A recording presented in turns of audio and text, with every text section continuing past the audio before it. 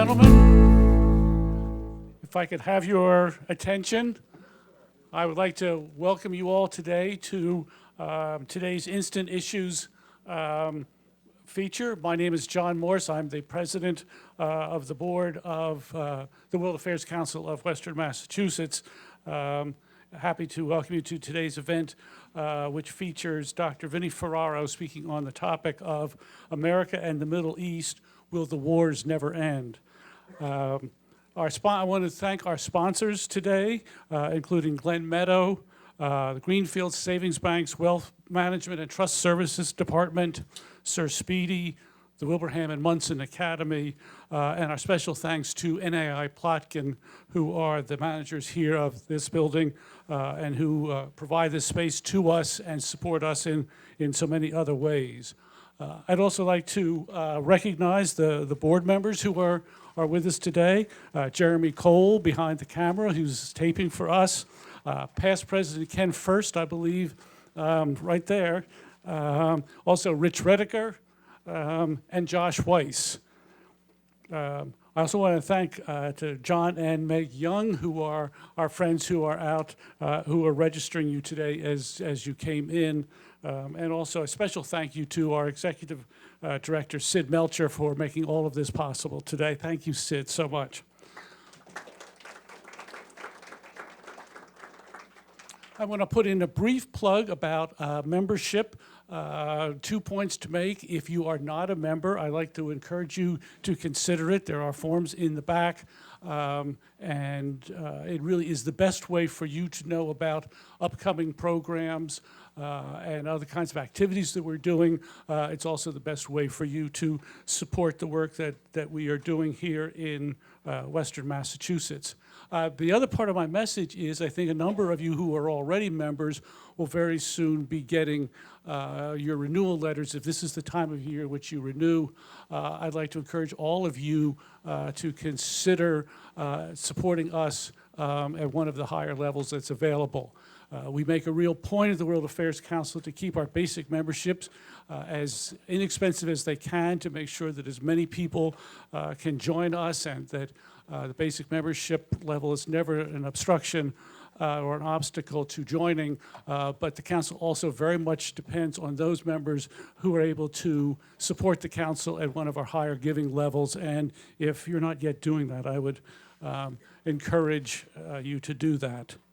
Our speaker today is a longtime member and friend of the council, Dr. Vincent Ferraro, Professor Emeritus of Politics at Mount Holyoke College. I say, speaking on America and the Middle East, Will Wars Ever End? It's another example, if we needed another one, of the Instant Issues program having an uncanny ability to have pertinent programs right at the time that a headline breaks about a story. And I think you can recall a number of the times, including Venezuela and Brexit, where we've had this uncanny ability. It looks like we've had it again with this speaker. As many of you know, this past weekend, a peace treaty was signed between the United States and the Taliban and the government of Afghanistan. And here we are just a few days later with a program on that topic. I'm still not sure how we do this. But we seem to have that tendency. Just a few more words about Dr. Ferraro. He taught at Mount Holyoke College for 40 years, co-founding the first undergraduate major in international relations, along with Anthony Lake, who would, as you know, go on to serve as National Security Advisor under Bill Clinton. In 1977, Dr. Ferraro served as an academic consultant for the United Nations Association of the United States. He also consulted for the UN's development program during the late 1980s, and more recently, his experience and expertise was tapped through the Pew Charitable Trust Faculty Fellowship Board, on which he served as a member from 1989 to 1995. His scholarly work in the field of international relations include several articles on global poverty, third world development, and global debt in such journals as the World Policy Journal, International Journal of Social Economics, and the Journal of Interdisciplinary History. He has frequently offered comment in local media on various issues of international affairs and global events. even in the company of our own Gary Lafort on WGBY's Connecting Point. I say today he will be speaking on America and the Middle East, Will the Wars Ever End? Please join me in welcoming Dr. Vinnie Ferraro.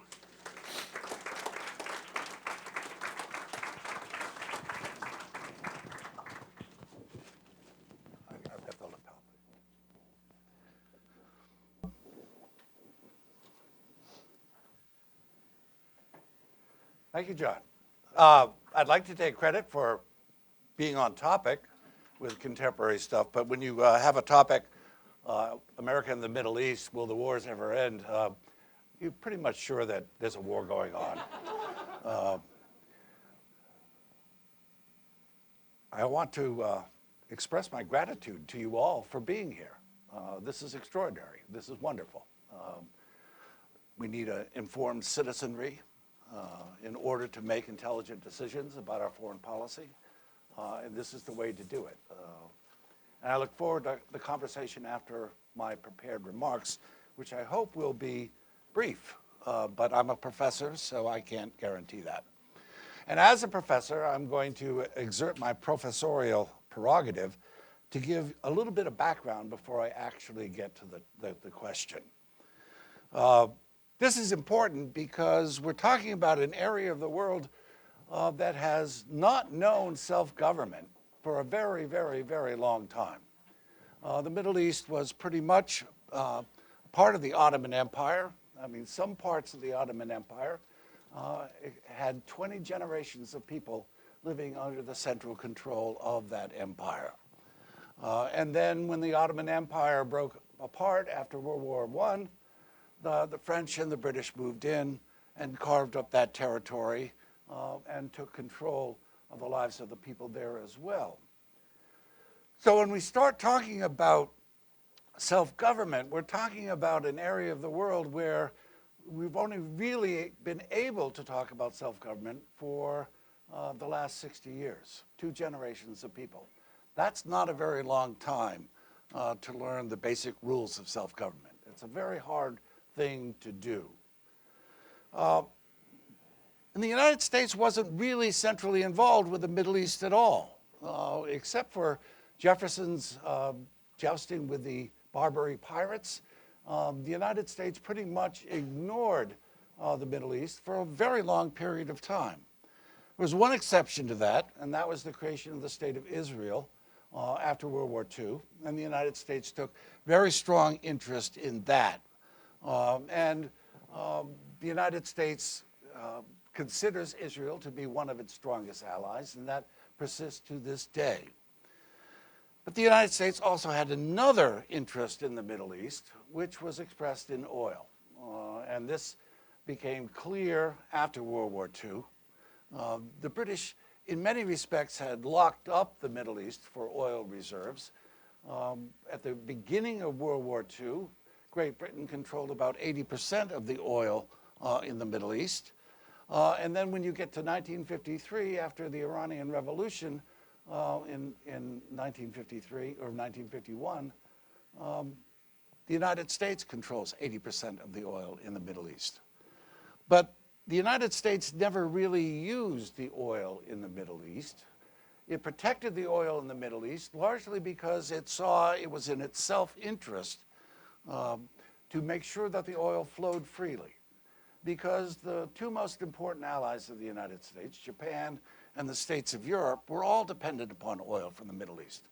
And therefore, if the United States was going to have a robust global economy, it needed to make sure that that oil flowed so that Europe, Japan could trade freely with the United States.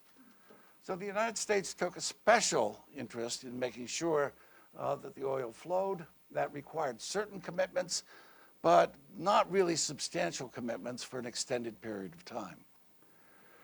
That illusion was sort of blasted apart in 1973.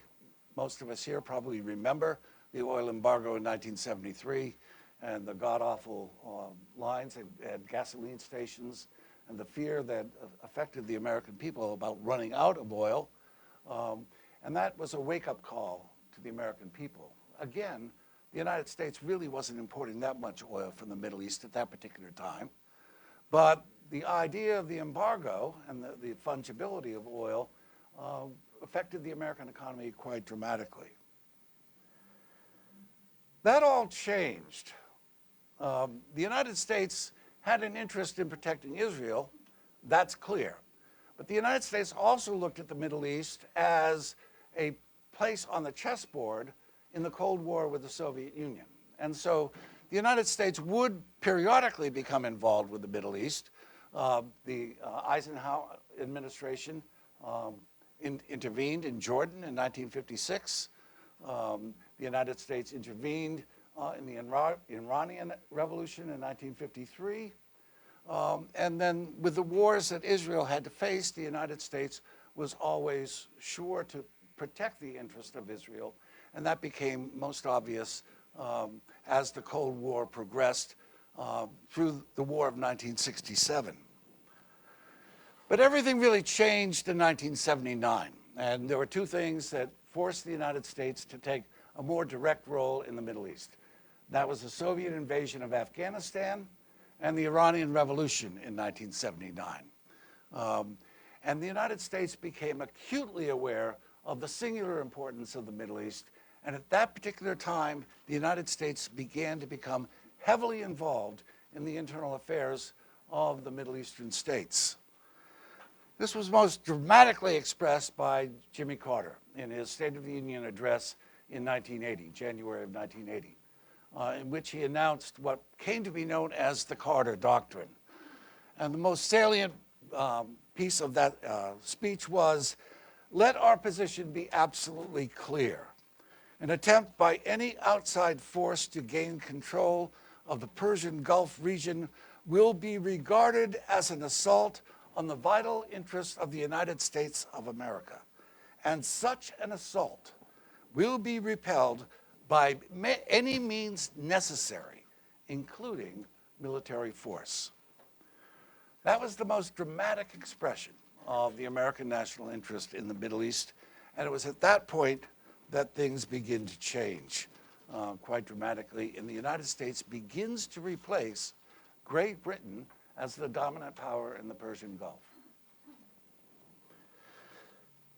Now, the United States begins to become more centrally involved in the internal affairs of the states in the Middle East, starting in 1991 with the invasion of Iraq. And this was one of the most important moves of the United States. You all remember that the Iraqi state invaded Kuwait. George Herbert Walker Bush, who was president at that time, said this aggression will not stand. He choreographed a military exercise under the aegis of the United Nations, which included 24 allies to push the Iraqi forces out of Kuwait. It was a stunning victory militarily, no question about that. The Iraqi National Army was essentially decimated.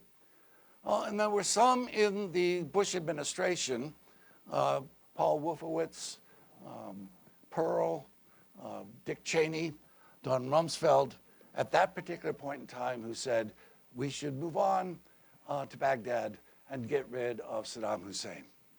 He's a terrible dictator, and we should liberate Iraq from his control. George Herbert Walker Bush said no. And that was a singularly important decision on the part of the United States. And Bush decided, no, we're not going to push on to Baghdad. We're not going to overthrow Saddam Hussein, because we can overthrow Saddam Hussein, but we don't have anyone to replace him. And Iraq is too important a player to be set loose. In other words, not to be guided by any central authority. And so Bush said no.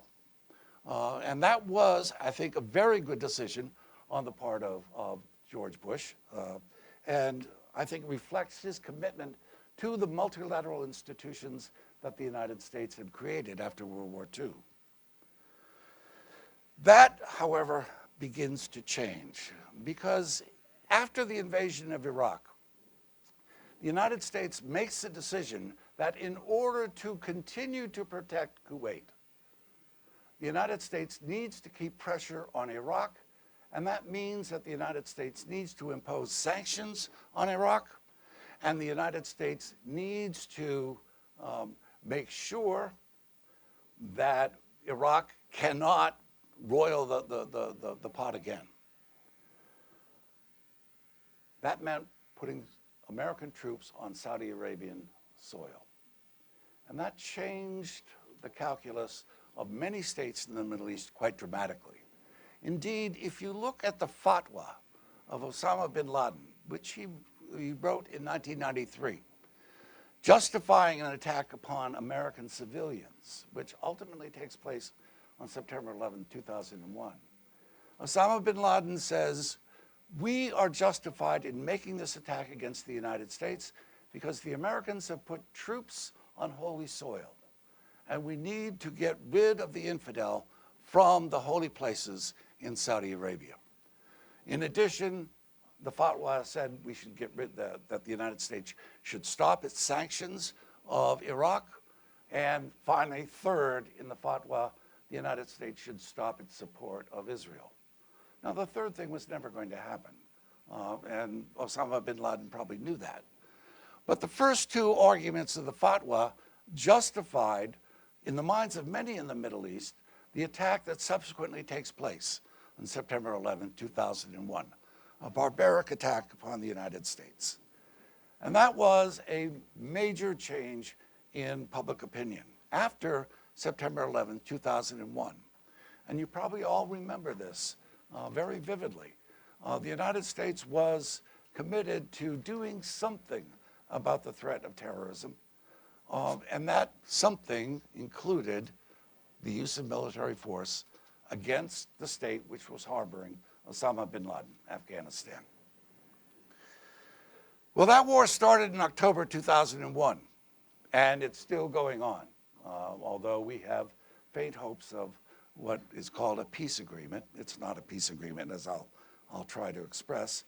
But since that particular point in time, since 2001, the United States has stationed a considerable number of its troops in the Middle East. You all have the map that I asked Sid to produce for today, giving you the estimated U.S. military forces in the region. And it totals 65,000 troops. That's a substantial commitment of troops. And that's a serious underestimate because we know there are probably a lot more American troops in the region that they're not telling us about, largely because their missions are classified. But that's a substantial commitment of troops. And they've been fighting for an extended period of time against a variety of different enemies. Osama bin Laden, Al-Qaeda, ISIS. All these things have been going on since October of 2001. And not much progress has been made. It's extraordinary when you think about how much has been expended in the effort to try to bring stability to this region which lacks the historical experience of self-government. How much of American resources, blood and treasure, has been exerted in order to bring stability to this region, which has subsequently failed.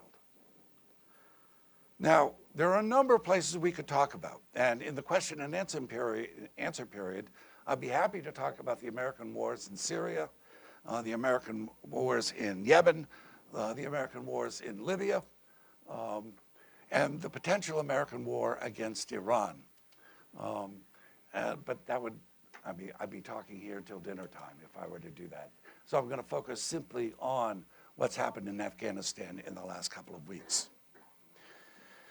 Now, we have signed an agreement with the Taliban. Well, actually, let me give you the title of the agreement. This is at the top of the text that was signed by both parties. Agreement for bringing peace to Afghanistan between the Islamic Emirate of Afghanistan, which is not recognized by the United States as a state and is known as the Taliban, and the United States of America.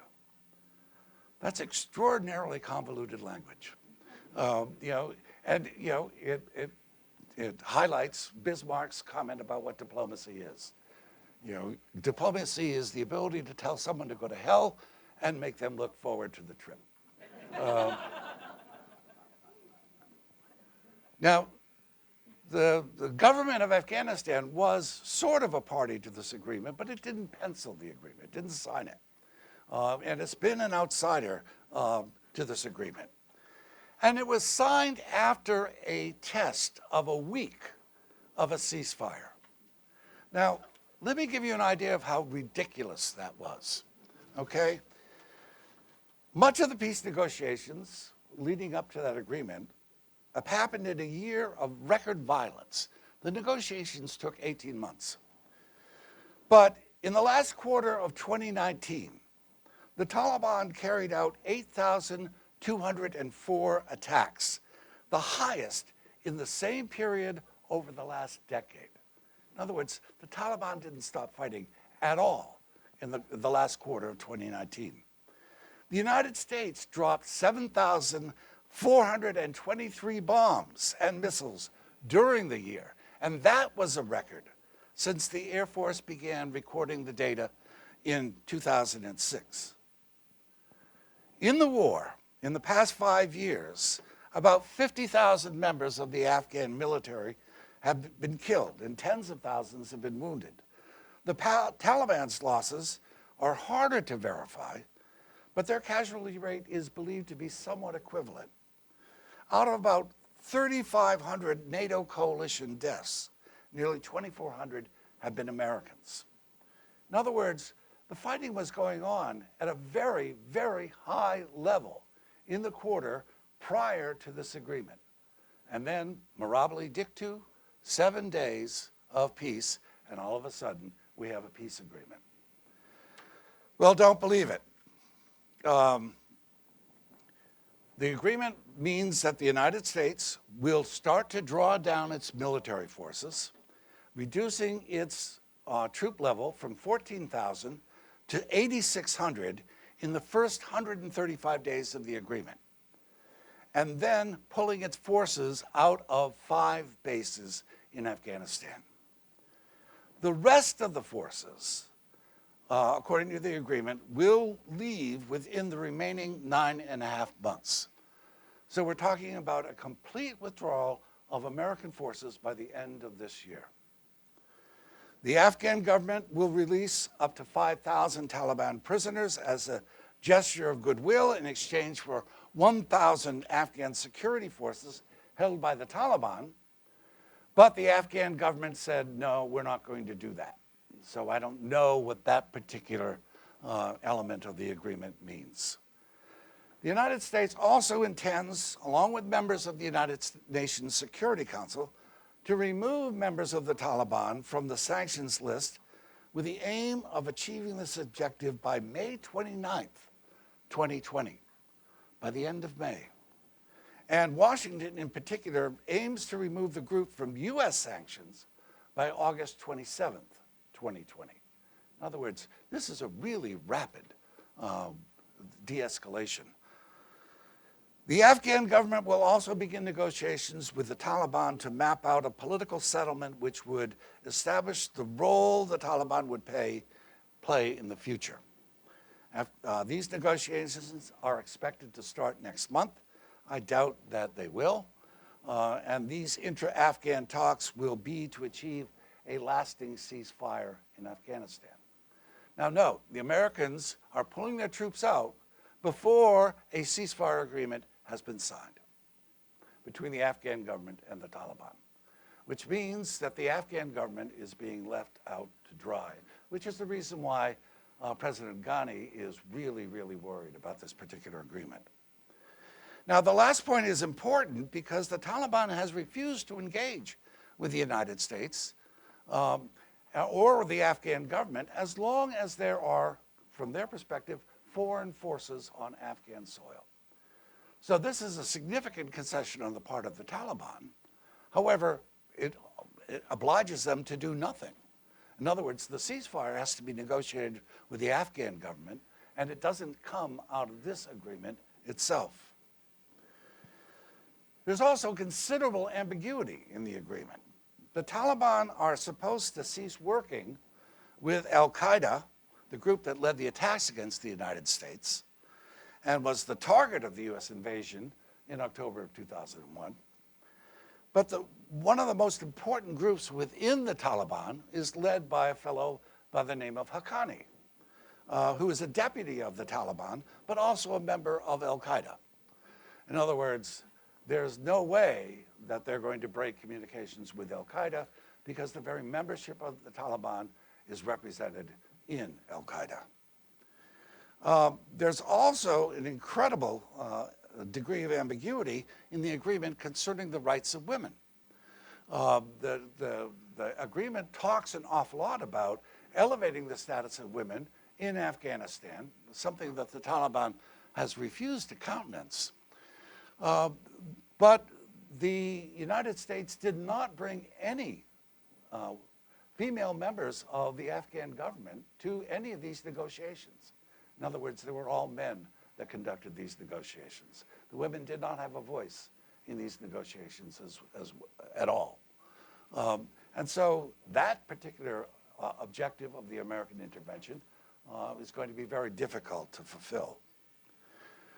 Now, there are many who believe, and you can count me among them, that this agreement is merely a face-saving way for the United States to exit Afghanistan. In other words, it divests the United States of all responsibility. And the United States can now pull out its troops and say, we've achieved our objective. Nothing could be further from the truth. But the United States will not be involved. Now, what's the calculation here? Well, the calculation is that the United States government believes that the American people don't really care about what happens in Afghanistan. And there's a lot of truth to that. There are very few people who really know much about what's going on in Afghanistan at all. And very few people who are well aware of any of the issues that the United States tried to confront in Afghanistan. This rings very close to the Vietnam Peace Agreement, which was signed in 1973. Those of you who remember this know that the United States signed this agreement, and what the Secretary of State, the National Security Advisor at the time, Henry Kissinger, said was that what he wanted from this agreement was a decent interval between the departure of American troops and the collapse of the South Vietnam government. And indeed, we signed the agreement in 1973. In 1975, North Vietnam invaded South Vietnam and took control of all of that country. And this is the analog that many people are worried about in terms of what's going to happen.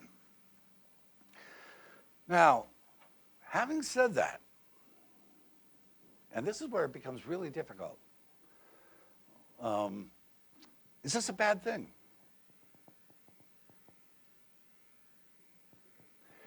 Some of you remember that in the Vietnam War, there were voices that said, let's simply declare victory and leave. In other words, it was a fool's errand to try to do something about South Vietnam, and we better cut our losses. That would be the argument here as well, that if the American people don't care about Afghanistan, then pulling out of Afghanistan and leaving the Afghans to fend for themselves is simply good politics, good diplomacy, and that we shouldn't really worry about it. And I doubt very much that there will be strong opposition to this agreement, except from some conservatives in the United States who worry about the South Vietnam analog. But the United States has been conducting this war for 19 years. And the cost of this war has been extraordinary. There are a number of researchers at Brown University who've been trying to really calculate what the cost of the war on terror, not simply the war in Afghanistan, but the war on terror. And what these people at Brown University have done is that they've looked not only at how much money we've actually spent, but they've looked at the future costs of these wars. And that includes the interest on the deficits, that the United States has run up financing these wars. It also looks at the future costs of caring for our veterans. And one of the amazing things about Vietnam is that, Afghanistan, is that a lot of veterans have lived in circumstances in which they would have, in earlier conflicts, have died. But they've suffered rather significant physical injuries. And these are going to require a lot of time and money in order to aid the rehabilitation of these veterans. And so when you take into account all these things, the interest accumulation, the amount of money we're going to have to spend on the veterans in the future, the people at Brown University estimate that the United States is obligated to spend $5.9 trillion in order to finance the wars in the Middle East since 2001. That's an awful lot of money. We've lost a lot of soldiers. We've spent a lot of money.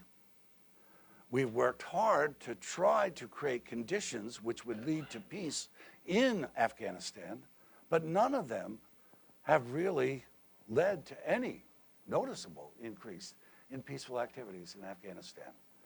If you go to Afghanistan now, the city of Kabul, the capital city, is relatively quiet, not completely quiet, but relatively quiet. But most experts believe quite strongly that the Taliban is stronger now in 2020 than it was in 2001, controls more of the countryside than it did in 2001. And so the question is, when do you cut your losses? Now, that looks at the issue purely from a domestic point of view. In other words, how much more are the American people willing to spend on a war that doesn't seem to be resolving anything?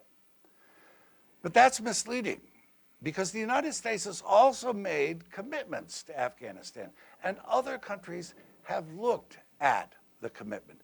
This is the same problem that we had in Vietnam, that the United States said we will stand with the South Vietnamese until we pull the rug out from underneath them.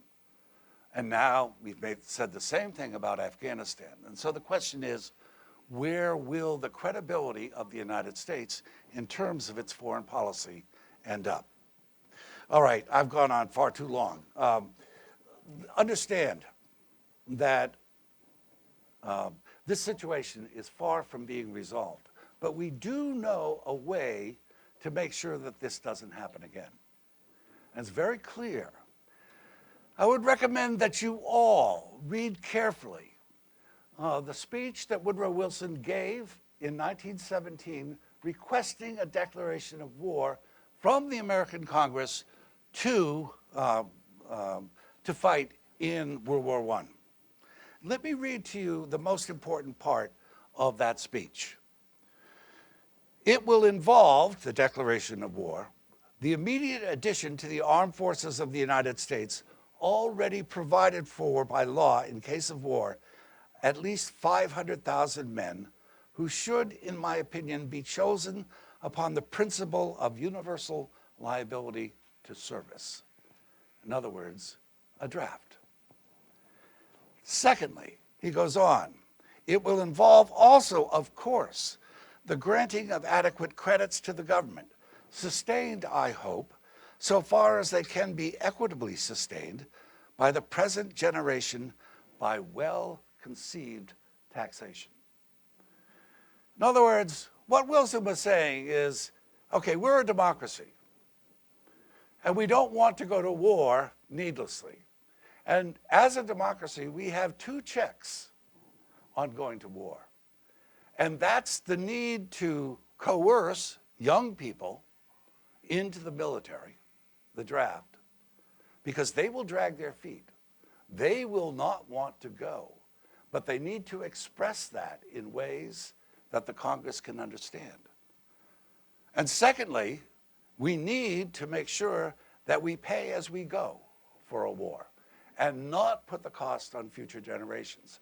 One of the reasons why the war in Afghanistan has gone on so long 19 years, the longest war in American history, is because no one's been forced to pay the price. You know, the people who have died are people who have volunteered, and the people who will pay for these wars are our children and grandchildren, not us.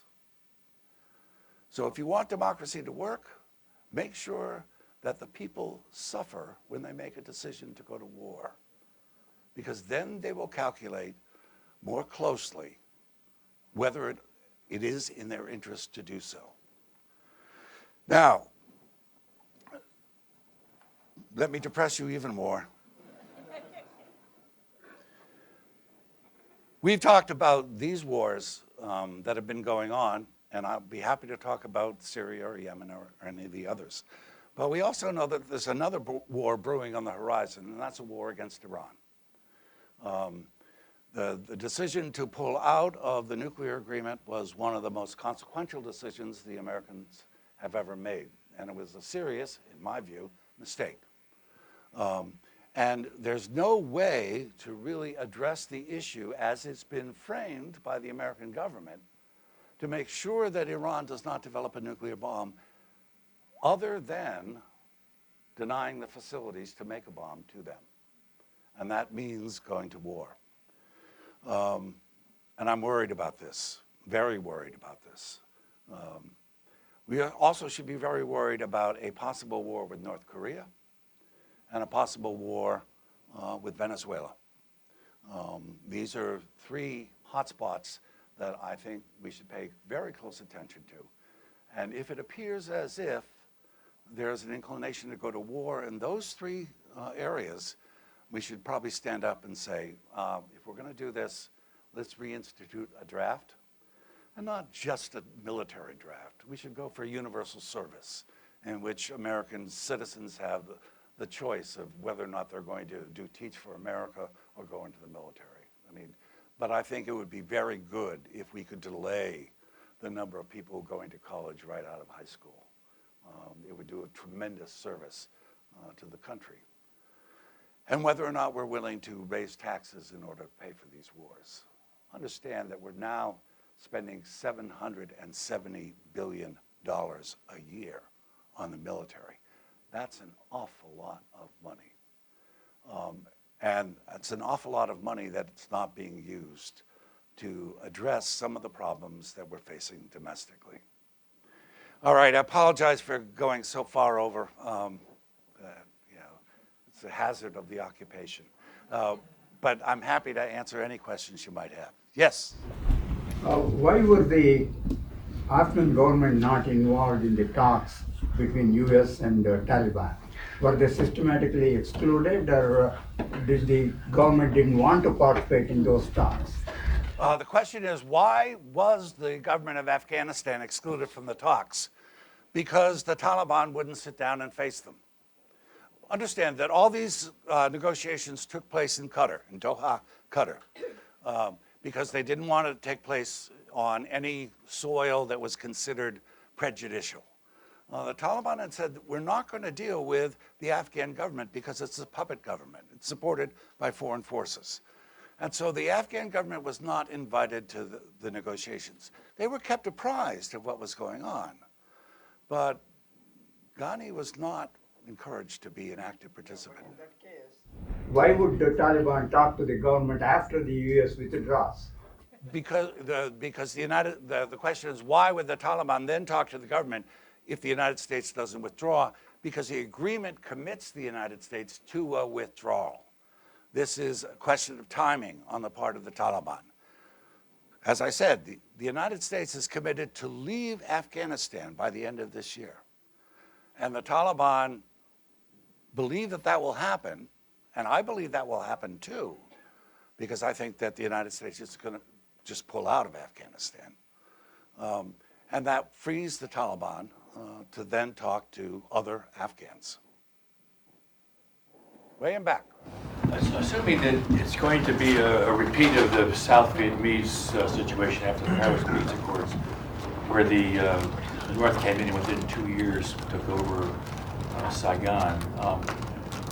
There was a concerted effort, a lot of it, I think, sort of unconcealed and probably not known to a lot of people, to bring about 130 or 140,000 Vietnamese back to the States. These were Vietnamese that had helped the U.S., and a lot of this was sort of orchestrated by the CIA.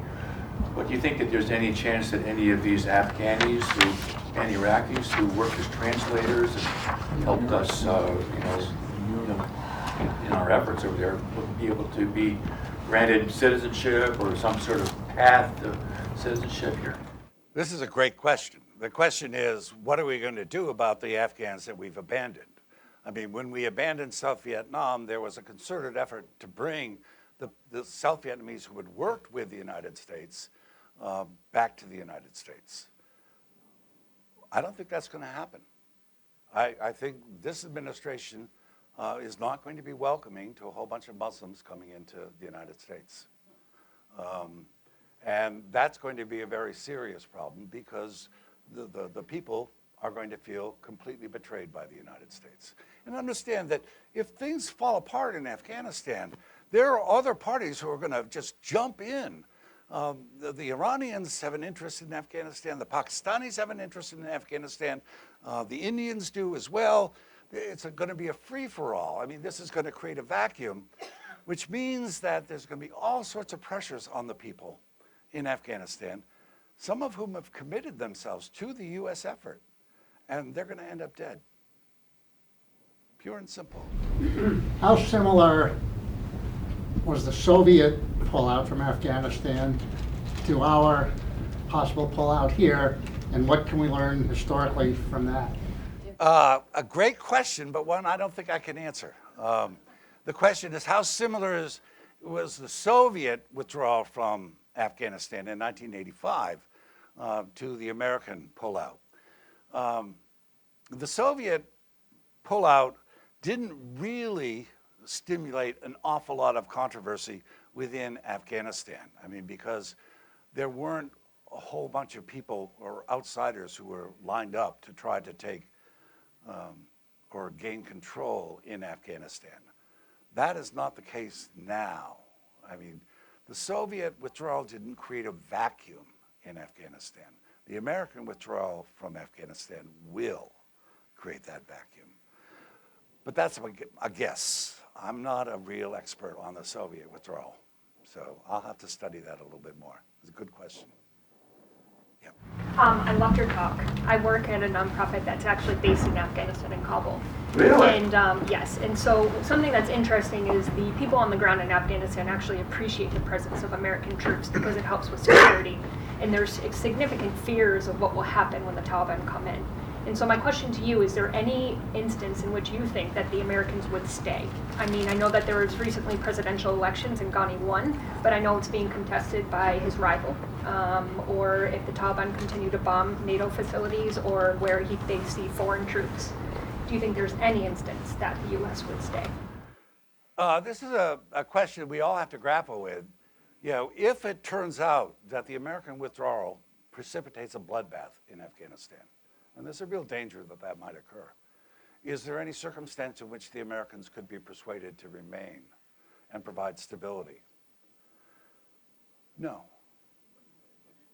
I think that the president has decided that he made a campaign promise to pull out of Afghanistan. He's going to keep that.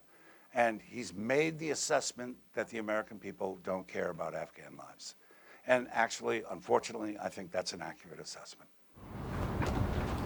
Appreciate your perspective on all this. Just a couple of things that come to mind for me. First of all, I have a son-in-law who's a colonel in the Air Force who did 3 deployments to Afghanistan and Iraq. So we have, and he works on the base down in San Antonio where the worst victims are brought in. So you spoke about the price of the war over the last 19 years, of $5.5 trillion. I would suggest that you put the number of lives that have been impacted in front of the $5.5 trillion. And that's the real cost. We can talk about money, but the impact on human lives. Now, I have an 18-year-old who had to make known he was 18 for whatever coming draft. Right. It's a felony for him not to have sent in that card. Right. So the answer is simple. The Americans, we, the people, how many more lives do we want to put in another country?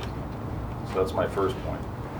Second thing is my son that I just spoke about is 18, is adopted from Vietnam. So 18 years ago, when I went to get him in an orphanage, I had the pleasure of cycling from Ho Chi Minh all the way to Hanoi for 2 weeks. So when we pulled out of Vietnam, it was, in the eyes of many people, a great disaster. Flash forward to today, even though Vietnam is a communist country, like China, it is capitalism under a communist regime.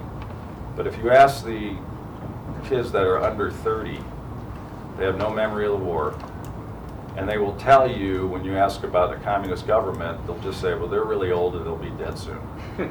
So I would suggest that our pulling out was the best thing in the long run for the economy of Vietnam. Will that happen in Afghanistan? It won't. And my last point is, I don't know if you've had the opportunity to hear or read Peter Zion's book, The Absent Superpower.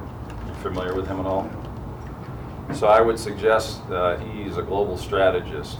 Everything that's happening now in the world in terms of our pulling out is driven by one thing called fracking.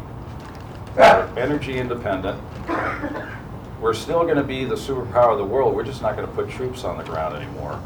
And we're going to use drones and special ops. And the world will be at war.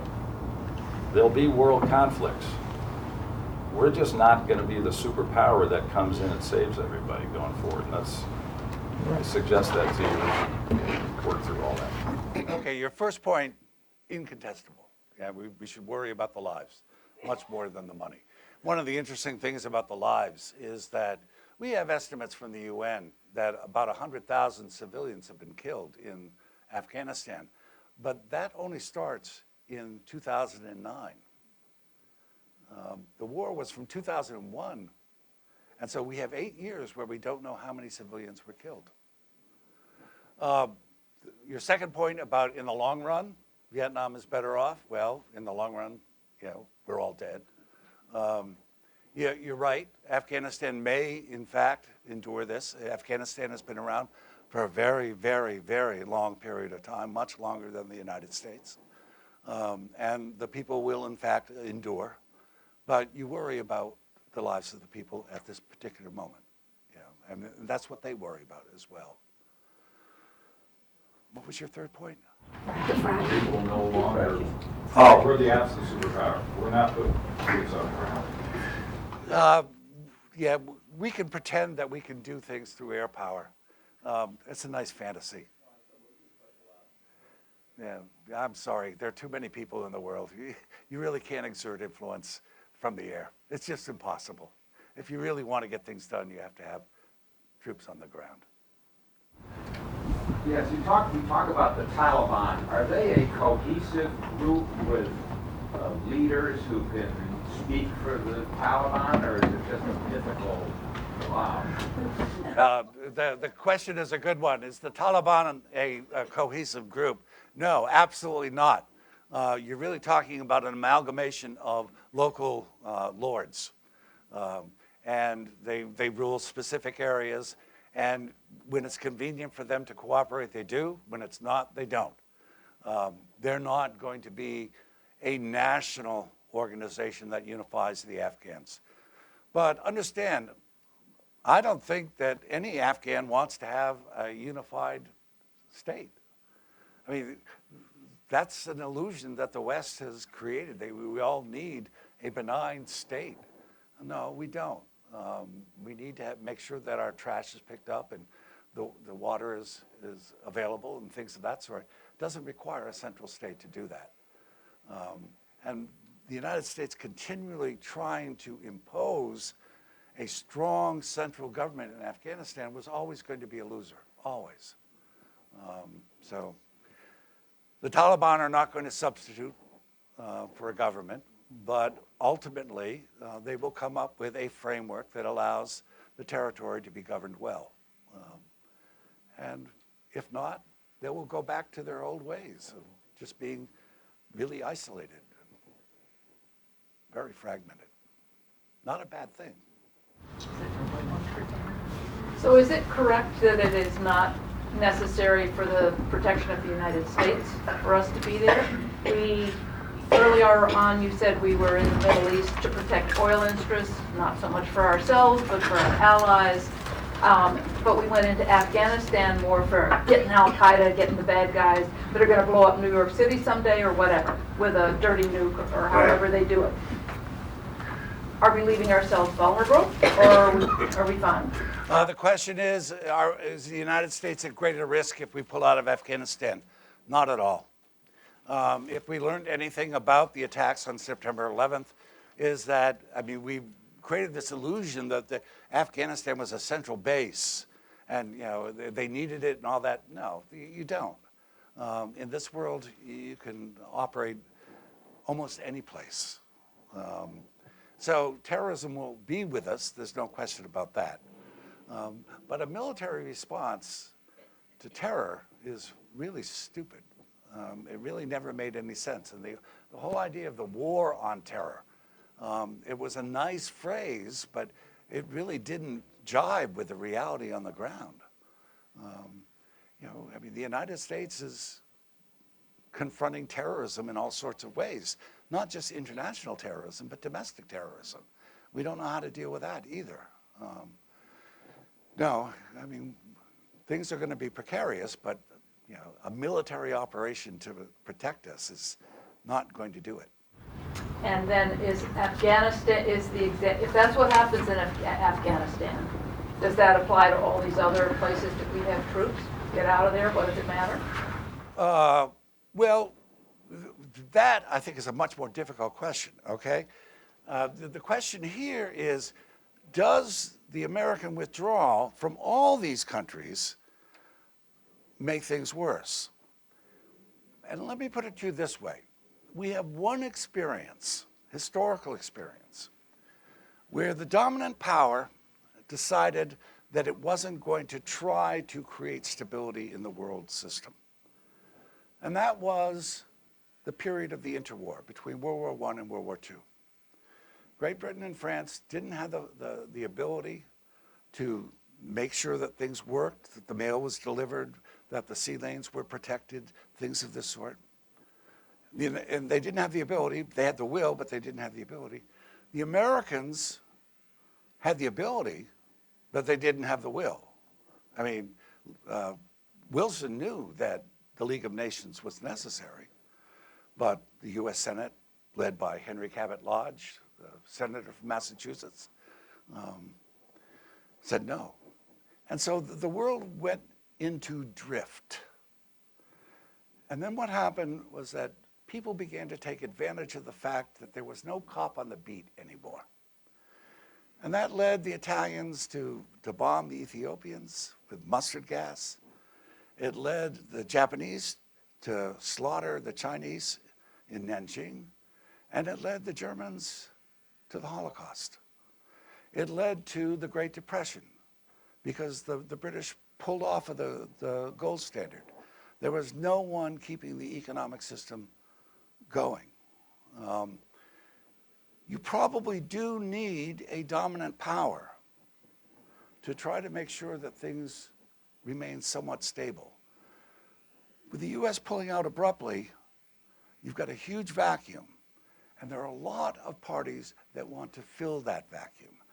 That's a recipe for conflict, okay?